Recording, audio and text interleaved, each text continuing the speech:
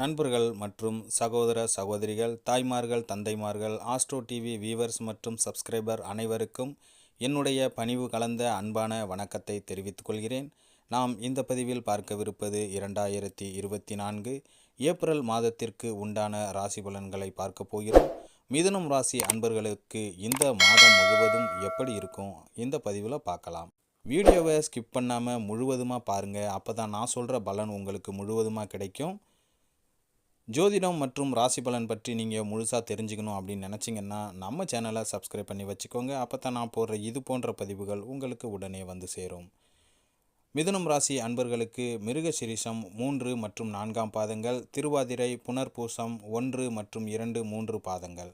கிரக நிலைகள்: சுகஸ்தானத்தில் கேது, பஞ்சமஸ்தானத்தில் சந்திரன், அஷ்டமஸ்தானத்தில் செவ்வாய் சுக்கிரன், பாக்கியஸ்தானத்தில் சூரியன் புதன் சனி, தொழில் ஸ்தானத்தில் ராகு, லாபஸ்தான